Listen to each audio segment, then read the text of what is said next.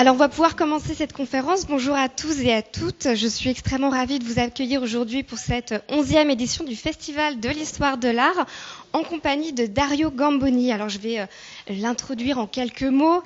Dario Gamboni, vous êtes historien de l'art, professeur à l'Université de Genève et vos recherches sont tournées vers différents domaines. Je ne saurais être exhaustive, bien évidemment, ici.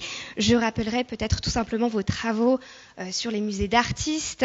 Vous avez aussi travaillé sur l'ambiguïté visuelle avec cet ouvrage que les lecteurs francophones ont pu découvrir en 2016 qui s'intitule « Images potentielles, ambiguïté et indétermination dans l'art moderne » que je ne peux que recommander très vivement.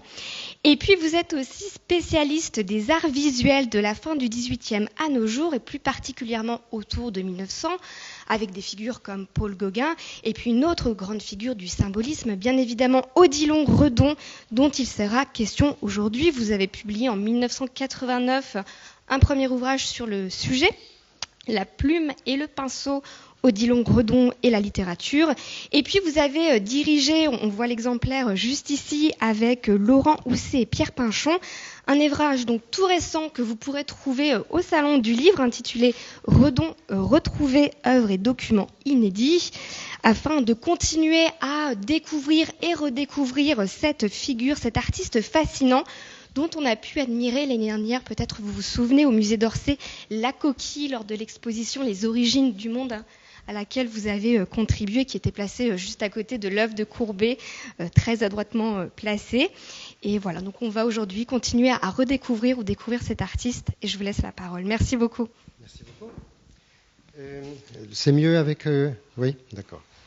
Alors, bonjour, je suis ravi de vous voir si nombreux, tout en sachant que d'autres auraient voulu pénétrer dans cette très jolie salle, très petite. Alors, Redon et l'animal, qui n'est pas un sujet sur lequel je serais venu naturellement, mais qu'on m'a demandé de traiter, et finalement c'est intéressant. Redon, donc né en 1840 et mort en 1916, n'est pas ce qu'on appellerait un artiste animalier. Peut-être dirait-on plutôt végétalier, si l'on veut. Vous voyez ici un fusain intitulé Plantes grasses qui date de 1881. Chez lui, la dimension principale est probablement humaine et subjective. Et à ce propos, on peut citer un passage d'un de ses textes d'autoréflexion intitulé Confidences d'artistes, ou qui a été publié sous ce titre-là, dans lequel il écrivait à propos de ses dessins: ils sont donc, sans autre explication qui ne se peut guère plus précise, la répercussion d'une expression humaine, je souligne, placée par fantaisie permise dans un jeu d'arabesque, où, je crois bien, l'action qui en dérivera dans l'esprit du spectateur l'incitera à des fictions dont les significations seront grandes ou petites, selon sa sensibilité et selon son aptitude imaginative à tout agrandir ou rapetisser. Fin de citation. Faudrait-il alors parler d'anthropocentrisme, à propos par exemple de cette plante tête, une sorte de plante humaine? Peut-être, mais aussi je pense de subjectivisme, on l'a noté avec l'esprit du spectateur, et de réflexivité, c'est-à-dire que en introduisant cette dimension humaine, notamment par l'expression humaine dans le monde extérieur, y compris celui des plantes et celui des animaux, des autres animaux, Redon reconnaît et rend visible aussi le rôle précisément du spectateur humain, qui est donc présent dans l'acte même de regarder, mais cette présence est manifestée dans l'œuvre. À ce sujet, on peut citer un texte, un passage du Salon de 1859 de Baudelaire, à propos, là, vous ne voyez rien là, hein, mais c'est bien, comme ça, parce que c'est très désagréable de lire un texte pendant qu'on vous le lit à haute voix. Donc, parfait. Alors, dans le Salon de 59, à propos des paysagistes, Baudelaire écrivait: « L'immense classe des artistes peut se diviser en deux camps bien distincts. Celui-ci, qui s'appelle réaliste, mot à double entente et dont le sens n'est pas bien déterminé, et que nous appellerons, pour mieux caractériser son erreur, un positiviste, dit, je veux représenter les choses telles qu'elles sont, ou bien qu'elles seraient, en supposant que je n'existe pas. L'univers sans l'homme.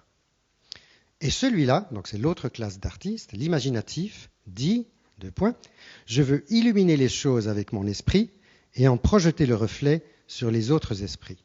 Fin de citation. Alors très clairement, Redon se classe dans la seconde catégorie.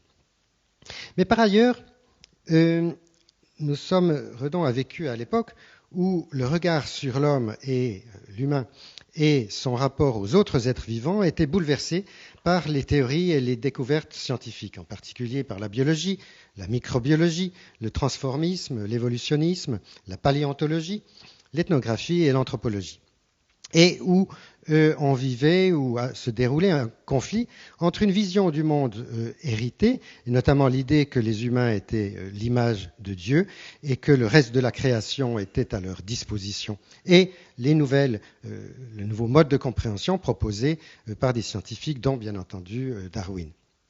Les réactions à ces nouvelles théories étaient directes, et les interprétations en étaient également directes. Et à ce propos, justement, l'exposition Les origines du monde au musée d'Orsay était très riche de ce point de vue-là, de matériaux à propos de ces réactions des artistes.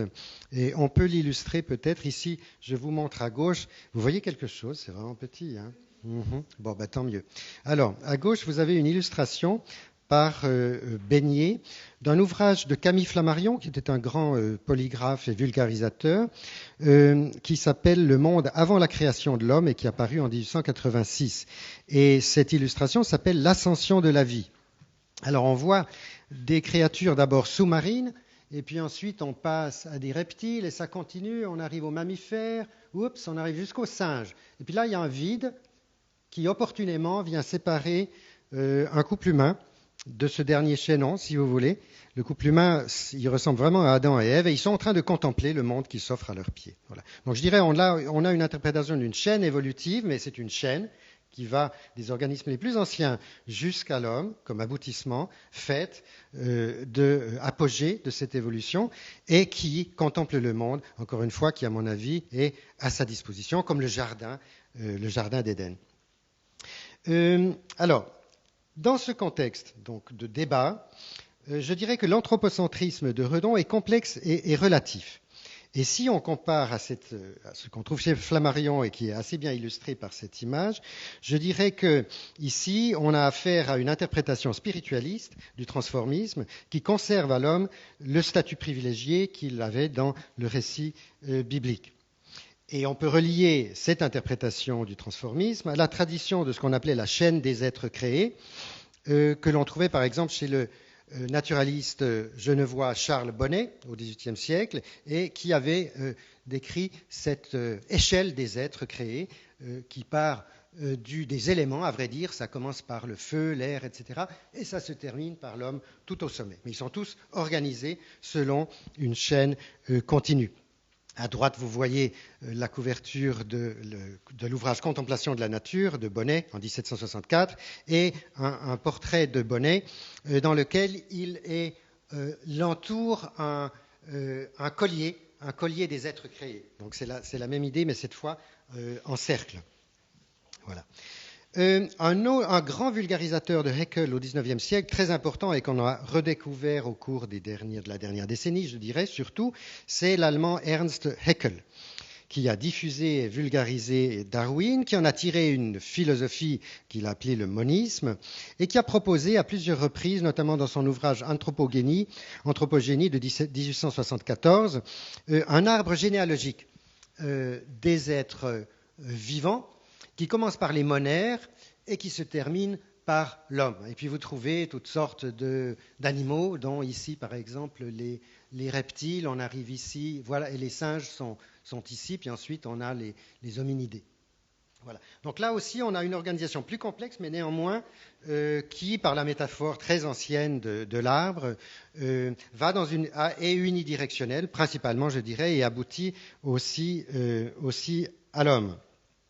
Et que l'on peut opposer, dans une certaine mesure, au modèle qu'avait choisi Darwin et sur lequel on a beaucoup écrit au cours de ces dernières années. C'est notamment Horst Bredekamp qui a consacré un livre à ce sujet et qui avait choisi tout au début, c'est vraiment les premières intuitions lorsqu'il était sur le Beagle et qui réfléchit à ce problème, la forme qu'il adopte est celle du corail plutôt que celle de l'arbre.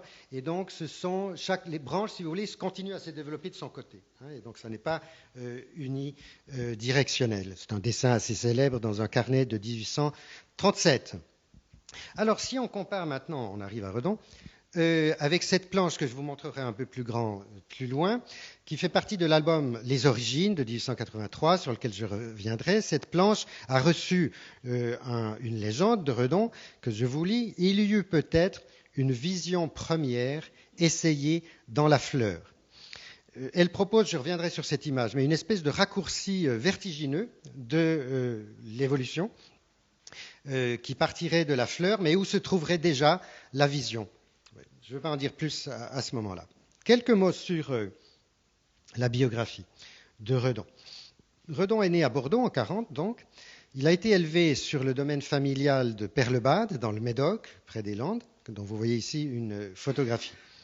Redon n'a cessé de souligner l'importance pour son art du rapport intime à la nature qu'il avait noué dès son enfance. C'est à Perlebade qu'il retournait chaque été jusqu'à la vente du domaine en 1898, sur laquelle on apprend davantage grâce à cet ouvrage ici, pour réaliser ses dessins au fusain. Et le milieu culturel bordelais a joué pour lui un rôle important, notamment dans la mesure où le romantisme y résistait, peut-être mieux qu'à Paris, à la montée du réalisme. Et Redon est resté attaché à ce moment-là au rôle de l'imagination et également à la fable, à la mythologie comme sujet, entre autres à la figure du centaure.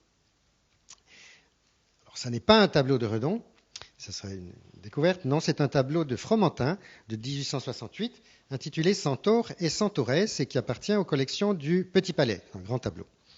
Redon a écrit et publié dans la Gironde en 1868 un compte-rendu du salon dans lequel il commente assez longuement le tableau de Fromentin. Je pense que j'ai le temps de vous le dire. Cette année, M. Fromentin s'est souvenu de la fable. Puis, avec des notes prises sur nature, dans une intime union de la réalité et de la fantaisie, il a voulu faire revivre nos vieux centaures. À l'ombre de grands rochers et de quelques arbres, des centaures différemment groupés se livrent à de vifs ébats. Ils semblent fiers de leur force, ils s'exercent à la chasse. C'est assez bien à Fontainebleau, je trouve d'ailleurs. Tandis qu'à côté, les centauresses, plus paisibles, se livrent au charme du repos. Bon, je passe un peu plus loin. Ah oui, alors, la centauresse, elle est importante, celle-là. Une d'elles, la main sur la hanche, vous la voyez, tout à gauche, paraît considérer fièrement la folle jeunesse des plus alertes. Elle est belle par le geste et la vérité. La blancheur de ses chairs semble naître de la couleur de tout son être. C'est là une intention originale et spirituelle. M. Fromentin a voulu voir une secrète ressemblance entre la robe du cheval et le torse des centaures, idée charmante que personne encore n'avait eue. Le signe des esprits distingués est de rajeunir ainsi les plus vieilles choses. Et Redon conclut ce passage, avouons-le donc, nous sommes ici en présence d'un droit perdu qu'il nous faut reconquérir, le droit de la fantaisie, de l'interprétation libre de l'histoire. Fin de citation. En effet, Redon, à ce moment-là, s'imaginait une vocation de peintre d'histoire tout à fait opposé au modèle du réalisme. Et il visait aussi un mode de rajeunissement, ce qu'il appelle l'intime union de la réalité et de la fantaisie, mais aussi, comme on l'a compris, une autre union intime, l'unité du centaure ou de la centauresse, qui n'est pas un simple collage d'une partie animale et d'une partie humaine. C'est cela qu'il souligne et qu'il loue chez Fromentin. Redon aussi a tenté plus tard de représenter des centaures et des centauresses, y compris un couple que vous voyez ici, et de nombreux centaures archers.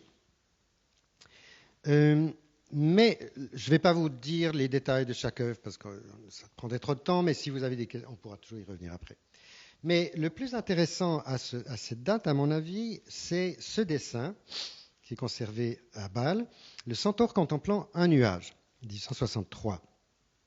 Il rappelle, à mon avis, le poème en prose Le Centaure de 1840 de Maurice de Guérin, dont je vous cite un ou deux passages.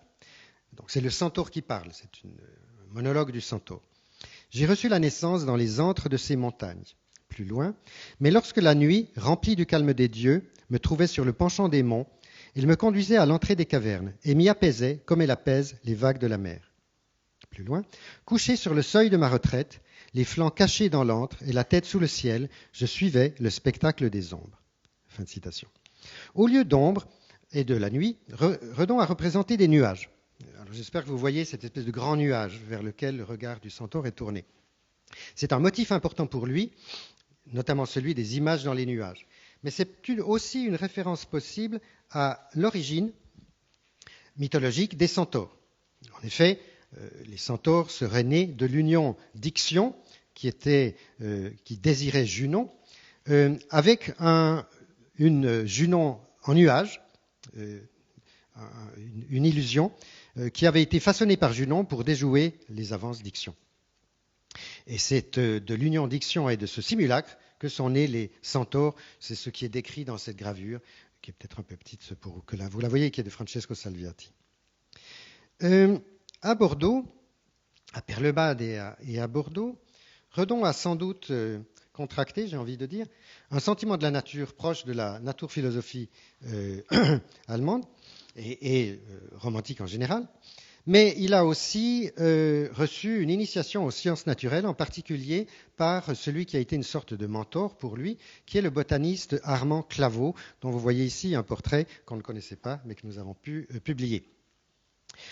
Claveau était un autodidacte d'origine modeste qui parvint à faire reconnaître à Bordeaux ses compétences scientifiques en devenant conservateur de la bibliothèque municipale botanique et dès 1874, il a été chargé du cours municipal de botanique.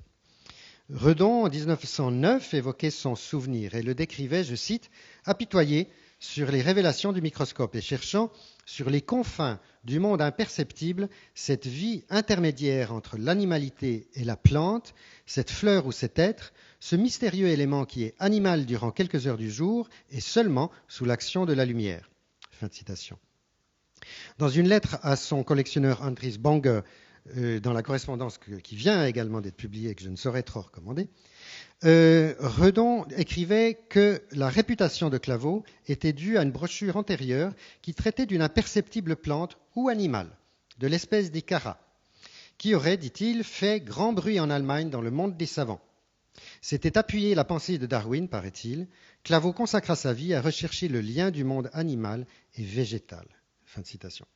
Alors, ce souvenir est tout à fait caractéristique de Redon et de son goût pour l'ambiguïté, pour les frontières et pour les passages de frontières. En effet, cette question était relativement marginale pour Darwin, cette question du chaînon ou du passage entre la plante et l'animal. Et ne semble pas non plus avoir été forcément si importante pour Claveau. À propos de ce goût de Redon pour l'ambiguïté et d'une sorte d'identification aussi avec l'inclassable, on peut citer une autodescription par Redon, rétrospective, lorsqu'il évoque le souvenir de Claveau. Je cite, « Claveau ne connut de moi que la sensibilité d'un être flottant, contemplatif, tout enveloppé de ses rêves. Lui, plus âgé que moi, dont l'instruction était forte et solidifiée de science, malgré son idéalisme, il était comme un bloc. Je l'écoutais. » Fin de citation. Donc Redon est un peu comme les algues, qui étaient la spécialité de Claveau dans les marais des environs de Bordeaux. C'est un être flottant, à cette date au moins. Le lien au végétal, c'est aussi la vie végétative, la vie du rêve, la vie inconsciente, la rêverie, qui est un motif très important dans l'œuvre de Redon, qu'il exprime par exemple aussi par le pavot, souvent par l'union de figures, spécialement de figures féminines et de figures de plantes. Vous en voyez un peu, le fusain de gauche présente des pavots assez caractéristiques. À droite, vous voyez à peine, c'est très pâle, mais enfin, des éléments du décor du château de Domcy qui appartiennent aux collections du musée d'Orsay et qui étaient présentés dans le cadre de l'exposition dont nous parlions déjà. Vous apercevez aussi peut-être que le pastel Les épines rouges de 1899 environ, qui est au milieu, ces épines d'une sorte de couronne d'épines christique, mais assez inhabituelle dans sa présentation, leur couleur fait penser au corail, et leur forme aussi.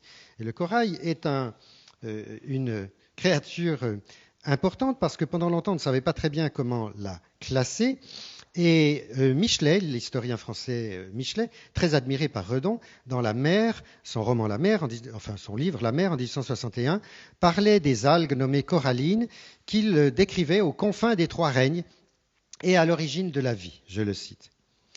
Elles tiennent de l'animal, elles tiennent... Peut-être qu'il faut que j'avance, attendez, hop.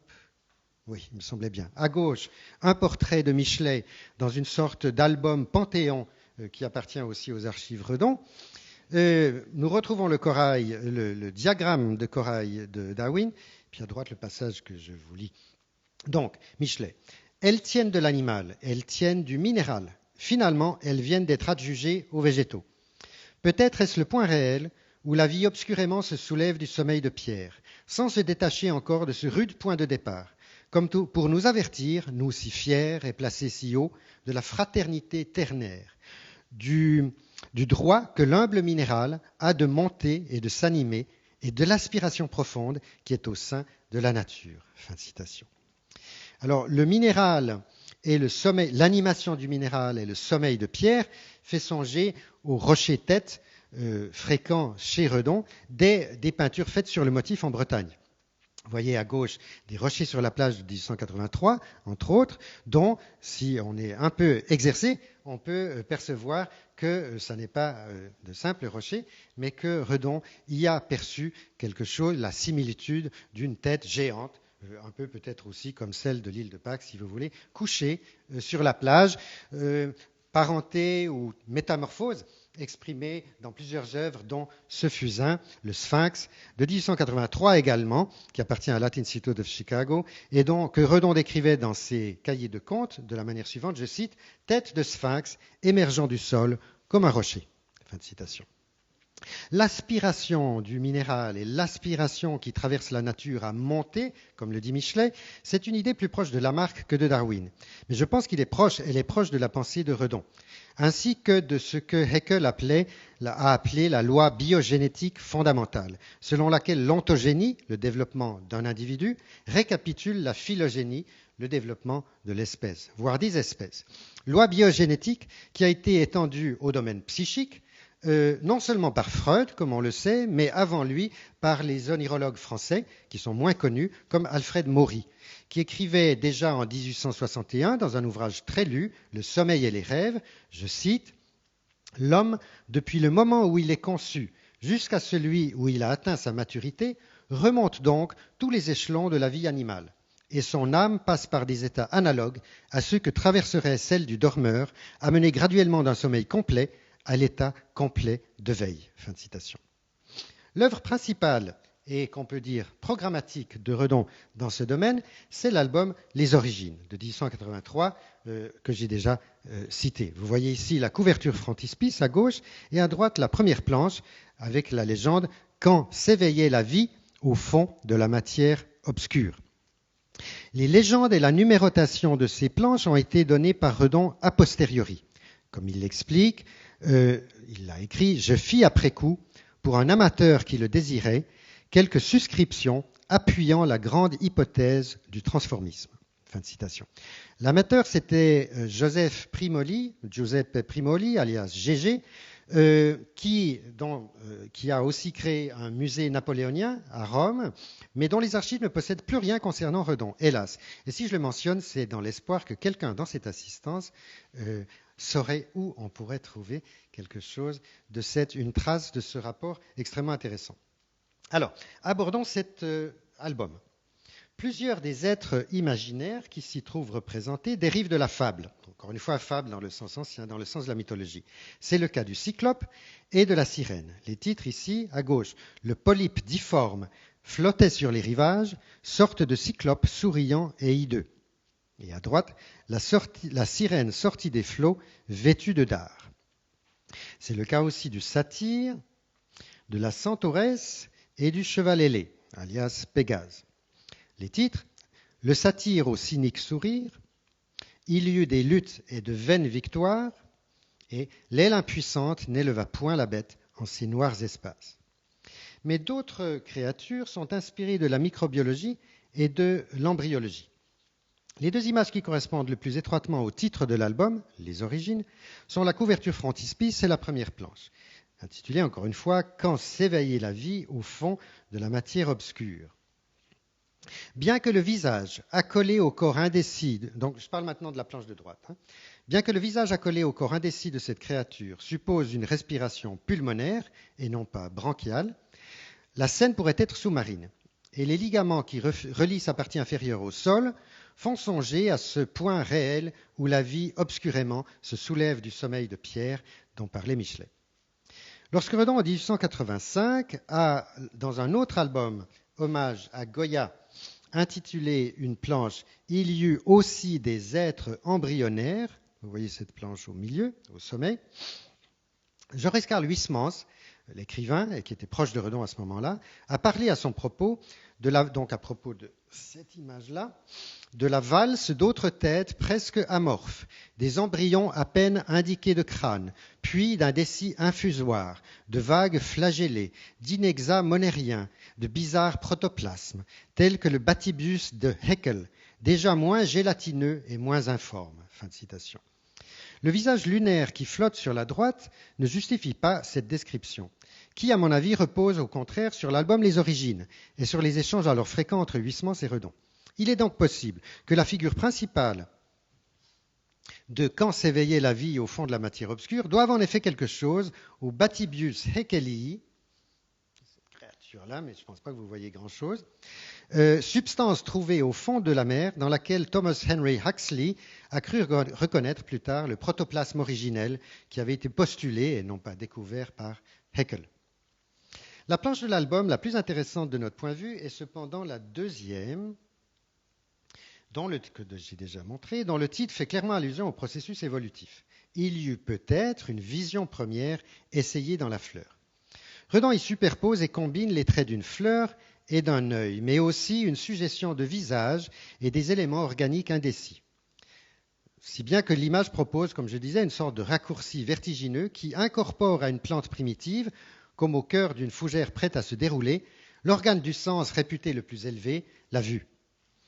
Et à mon avis, ça a à voir avec les discussions autour de l'œil, chez Darwin et ensuite chez Flammarion. Parce que pour Darwin, Darwin pensait que l'œil, comme organe extraordinairement développé, résultait d'une succession d'infimes variations utiles à l'animal dans les conditions où il vivait. C'est le principe de l'évolution chez Darwin. Tandis que pour Flammarion, la perfection de l'œil interdisait de le faire passer, je cite, pour l'œuvre de la matière ou du hasard, et supposait au contraire l'existence d'une intelligence non seulement au courant des lois de l'optique, mais encore capable de plier tous les mouvements de la matière sous ses lois. Et je vous laisse deviner quelle peut être cette intelligence. Si Redon a lu Dieu dans la nature de Flammarion, il aura probablement approuvé une autre critique de l'auteur, je cite, « Monsieur Darwin a tort de prétendre que l'origine de l'œil nous importe aussi peu que l'origine de la vie elle-même. Les deux nous intéressent. » Et en effet, la vision intéressait beaucoup Redon. Mais le mot de vision qu'il a choisi pour sa légende indique aussi qu'il entendait placer à la fin de son raccourci évolutif une faculté qui n'est pas que sensorielle, mais également cognitive et probablement spirituelle. La direction du regard vers le haut, qui rappelle l'iconographie des saints martyrs, confirme cette interprétation et elle suggère, je pense, que l'évolution n'est pas achevée. C'est-à-dire que l'humain tel que nous le connaissons, n'est pas le terme du développement de la vie. D'ailleurs, l'idée d'une vision essayée, dans le titre, évoque aussi une intelligence créatrice, procédant par essai et par erreur, ou la conception lamarckienne d'une tendance spontanée de la matière vivante au perfectionnement. Alors, les légendes ajoutées par Redon dans un second temps explicitent en effet cette dimension temporelle qui est suggérée visuellement par les effets cinétiques et par l'opposition du haut et du bas. Et cette opposition du haut et du bas semble correspondre à une conception hiérarchique du vivant, analogue à celle de l'échelle des êtres, organisée selon un axe vertical qui est un axe allant du matériel au spirituel, où l'animal occupe une position intermédiaire et l'homme occupe une position au moins provisoirement supérieure et terminale. On peut l'observer dans d'autres œuvres, donc cette opposition du bas et du haut. On l'a déjà vu et j'ajoute à celle que nous avons vue ce centaure visant les nuages de 1872, entre autres, et dont il a fait également une lithographie. Alors, observez, si l'on compare maintenant le dessin et la lithographie, vous voyez que la tête du centaure sur le dessin, c'est une tête simiesque, ce qui n'est pas le cas de la lithographie où elle est plus difficile à caractériser. La tête simiesque fait certainement allusion au débat sur le darwinisme et qu'on peut résumer avec cette caricature parmi beaucoup d'autres de Darwin en singe, n'est-ce pas? Parce qu'à cause de ce que Freud aurait appelé la blessure narcissique, non, il l'a appelé la blessure narcissique infligée à l'humanité par Darwin, en le rattachant aux autres animaux. Ça, c'est une caricature de Gilles dans La Petite Lune en 1878. Pourtant, la dernière planche de Les Origines n'est pas ascensionnelle, comme on aurait pu l'attendre, mais au contraire, elle est plutôt descendante, ou au moins ambivalente. Elle est intitulée, ou la légende de Redon, c'est « Et l'homme parut, interrogeant le sol d'où il sort et qui l'attire, il se fraya la voie vers de sombres clartés. » Cette ambivalence directionnelle, le sol d'où il sort et qui l'attire, correspond aussi à l'oxymore sombre clarté, une contradiction du même type. À mon avis, une telle planche, parmi d'autres, exprime plutôt une fascination pour l'origine et un sentiment de solidarité qu'on retrouve aussi dans l'intérêt de Redon pour les découvertes de la paléontologie, à l'époque marquée par la découverte de l'homme dit de Cro-Magnon, et pour les cultures dites primitives. C'est ainsi que Redon avait été fasciné par les Fuégiens, les indigènes, qu'on disait, de la Terre de Feu, qui avaient été présentés au jardin d'acclimatation à Paris en 1881. Et vous voyez ici des croquis faits par Redon au jardin d'acclimatation, une photographie de l'époque d'un couple de Fuégiens, et ici un passage d'un texte de Redon retenu dans À soi-même, et que je cite. Où est-ce que c'est? Où est-ce que j'ai mis ça? Diable. Alors je ne l'ai pas, il faut que je le lise ici. Un groupe de quelques... Alors, nous sommes en 1881, donc ça peut paraître aujourd'hui incorrect, mais c'est comme ça. Un groupe de quelques barbares sublimes, arrivés de la terre de feu, être fiers, hautains, cruels, puissants et grotesques, m'a donné comme un rêve de la vie primitive, la nostalgie de la vie pure et simple des commencements. Je n'ai jamais senti avec autant de force l'écart que fait notre propre nature entre la bête qui rampe et notre faim plus haute. Ils ont les signes de notre grandeur et l'éclatent en leurs yeux et gestes avec plus de force que dans l'homme civilisé. C'est l'animal dans la toute-puissance de son instinct, la certitude, la beauté non corrompue de sa plastique. Car ils sont moulés dans le bronze antique, ses membres si fermes et si fins, de délicates attaches achèvent ces extrémités parfaites où ne brille aucun bijou, aucune erreur à la vue. Fin de citation. Alors, un thème important que je n'ai pas encore abordé, c'est celui du monstre, et qui est très présent évidemment dans Les Origines, qui se relie à une autre science, la tératologie, qui a aussi joué un rôle important dans le développement du transformisme. À propos des Origines, Redon écrivait à son critique et biographe André Melriot, je cite, en 1898, « Avec l'album Les Origines, où l'effort est grand dans le travail sur pierre lithographique, j'ai vainement tenté de retrouver l'aisance et la spontanéité de mon premier album, dans le rêve. J'y ai supprimé toute légende. Puisqu'il vous captive plus que les autres, supposez qu'il ait pour titre « Monstre », et voyez comme il entre de suite dans la filière et la parenté de tous les autres. En effet, Monstre, c'est un leitmotiv de la réception de Redon, qui aboutit en 1889 à un essai célèbre de Joris Karl Huysmans dans son dernier recueil de critique d'art, Certain, qui est intitulé « Le monstre », et dans lequel Huysmans propose, vous voyez ici la première page, dans lequel Huysmans propose de considérer que les créateurs de monstres, qui étaient très importants au Moyen-Âge, en quelque sorte ont disparu, mais Redon leur donne à nouveau vie grâce au microscope, c'est-à-dire qu'il rajeunit, un peu comme Flammarion si vous voulez, il rajeunit le monstre grâce à la microbiologie. Redon n'a pas été content de ce commentaire, ou en tout cas, il en est devenu mécontent. Et c'est ainsi qu'il écrivait en 1909, c'est un texte de la fin du siècle repris en 1909, je cite, « Tout dérive de la vie universelle. Il y a dans la vie végétale, par exemple, des tendances secrètes et normales de la vie qu'un paysagiste sensitif ne saurait méconnaître. Il en est de même de la vie animale ou humaine. Je crois avoir obéi à ces intuitives indications de l'instinct dans la création de certains monstres. Ils ne relèvent pas, comme l'a insinué Huysmans, des secours du microscope devant le monde effarant de l'infiniment petit. Non. J'avais, en les faisant, le souci plus important d'organiser leur structure.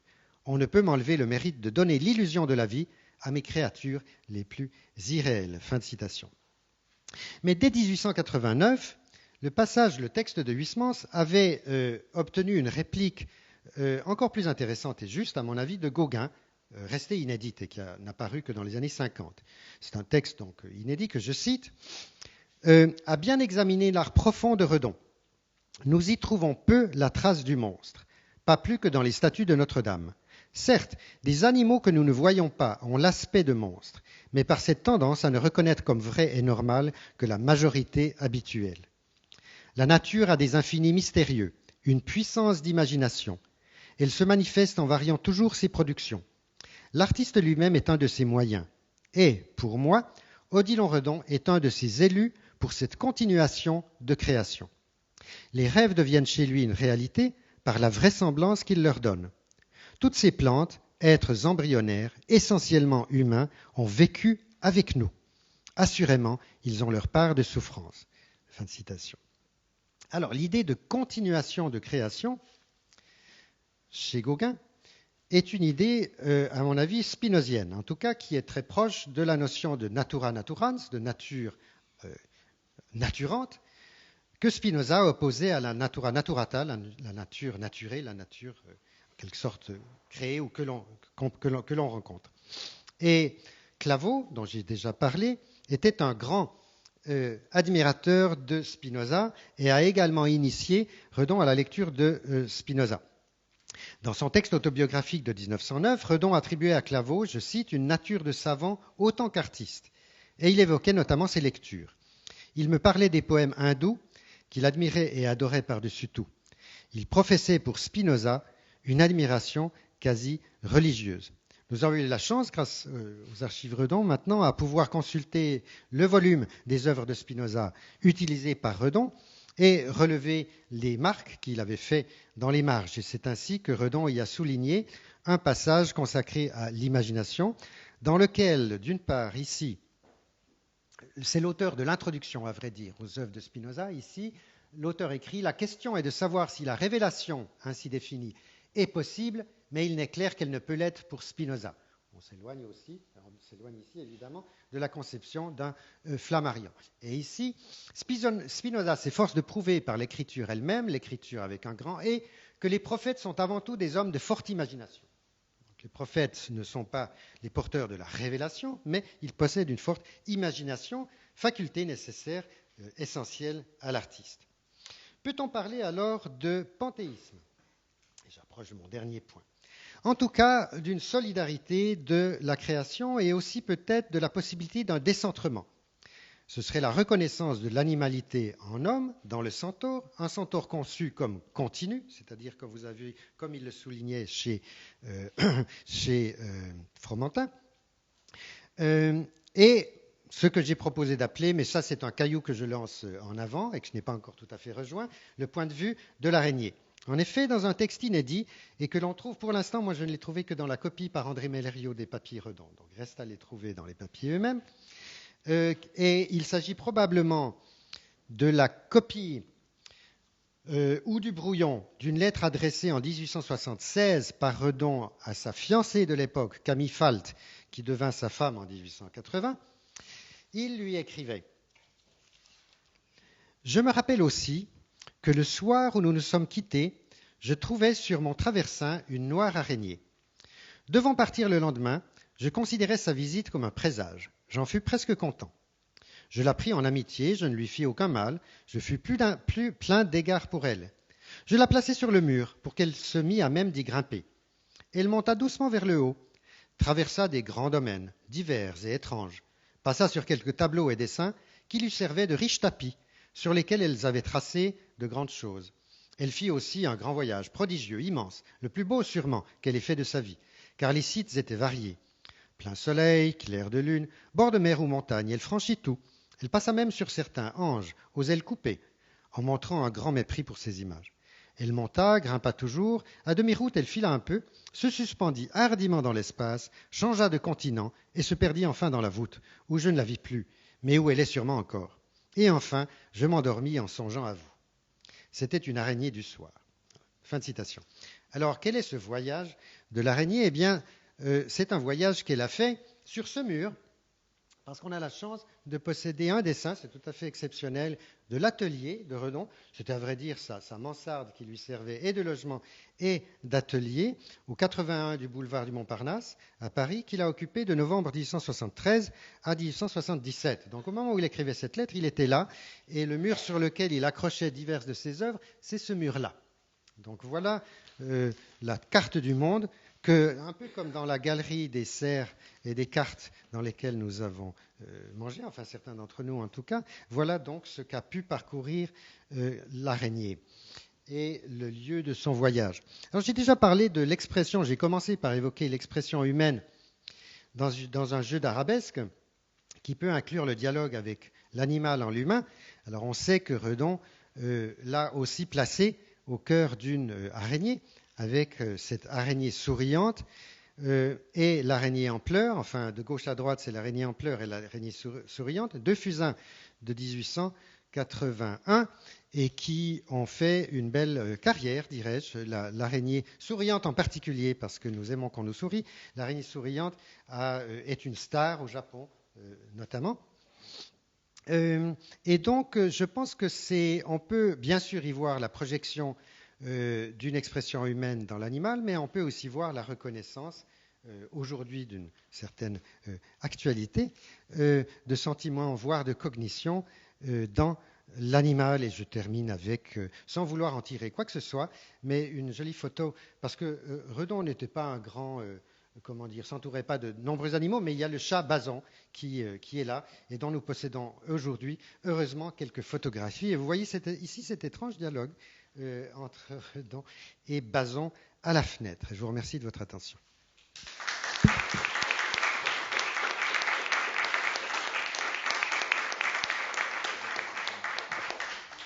Merci beaucoup pour votre présentation. Moi, je voulais revenir sur ce qui est assez flagrant finalement dans l'œuvre de Redon, c'est ce lien tripartite entre le végétal, l'humain, l'animal.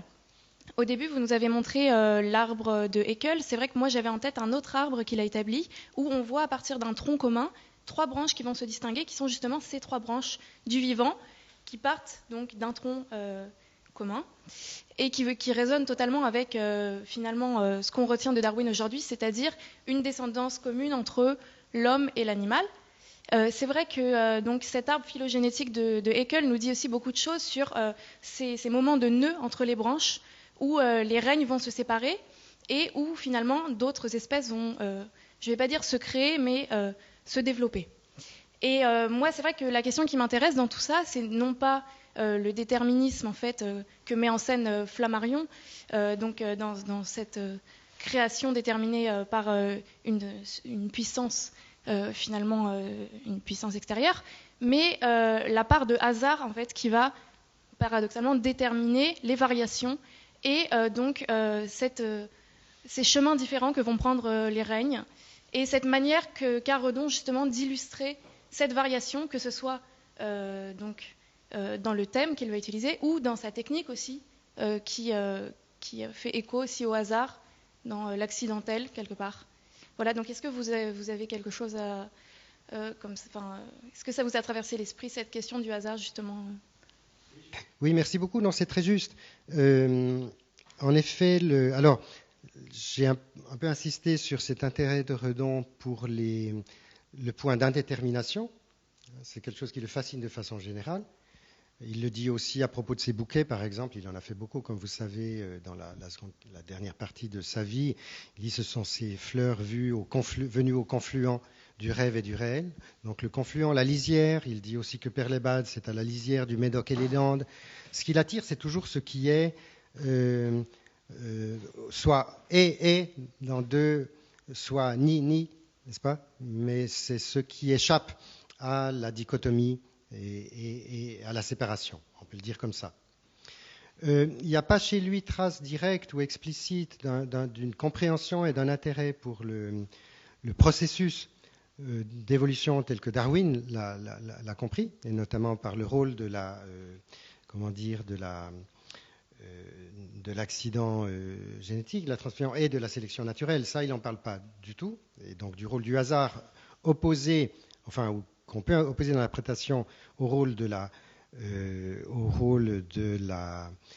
transcendance chez Flammarion, de la providence, disons, c'est plutôt comme ça qu'il faudrait dire. Néanmoins, vous avez tout à fait raison de dire que le hasard, chez Redon, est fondamental. Alors ça, c'est une chose dont il a beaucoup parlé, et du point de vue et de la pratique et du point de vue de la poïèse, de sa compréhension du processus artistique. Et alors là, il est très explicite. Il y a par exemple cette lettre célèbre à Mellerio, mais qu'il a aussi copiée pour Bangor, donc qui pour lui avait valeur véritablement de manifeste, si l'on veut, enfin de mise au point, dans lequel il dit, Mellerio lui demandait toujours quel était son concept préalable, n'est-ce pas ? Et ça ennuyait énormément Redon, et il finit par lui dire, non, mais il n'y a pas de concept préalable, ou alors s'il y en a un, c'est qu'une idée de départ, mais ensuite, ce sont les chemins de la fantaisie, n'est-ce pas ? Donc en effet, c'est le hasard qu'il relie à l'inconscient, donc on est plutôt dans le domaine psychique, hein, c'est ce qu'il appelle la venue de l'inconscient, et donc là aussi avant Freud, mais l'idée d'inconscient était déjà très, très présente. Et puis c'est aussi le rôle de la matière, donc il y a un aspect matérialiste, sinon matérialiste, chez Redon, qui s'exprime beaucoup dans ce qu'il dit du rôle des matériaux, du rôle du subjectile dans la création, dans la sienne, mais de manière plus générale aussi. Et donc il explique, par exemple, il réplique justement à Mellerio en lui disant non, si vous voulez comprendre ce qui se passe, je devrais plutôt vous parler de mon horreur du papier blanc. C'est pas, une surface blanche me fait peur, j'ai besoin de la griffonner, et une fois qu'elle est griffonnée, ça lui donne vie. Et c'est de là que ça démarre. Donc, de ce point de vue-là, on pourrait imaginer, ce serait une idée d'ailleurs qui serait une nouvelle formulation d'une idée très importante dès le premier romantisme, en fait. C'est l'idée que l'artiste ne crée pas ou ne doit pas créer d'après la nature, mais comme la nature. Alors, on la trouve chez Strindberg dans les années 90, mais je veux dire, on la trouve chez Goethe, on la trouve chez Schelling. Là, on en a vraiment toute une série de variations. Et de ce point de vue-là, à mon avis, on serait plutôt dans une sorte de parallèle, si on veut, de l'évolutionnisme de Darwin. La question du déterminisme, évidemment, impliquait beaucoup à Redon, qui tenait beaucoup à la liberté, et donc c'est plutôt l'indétermination qui l'attire. Voilà. Merci. Merci beaucoup. Alors il est l'heure, nous sommes donc obligés de libérer la salle pour pouvoir laisser la place à la conférence suivante. Je vous remercie et puis je vous souhaite une bonne suite de festival.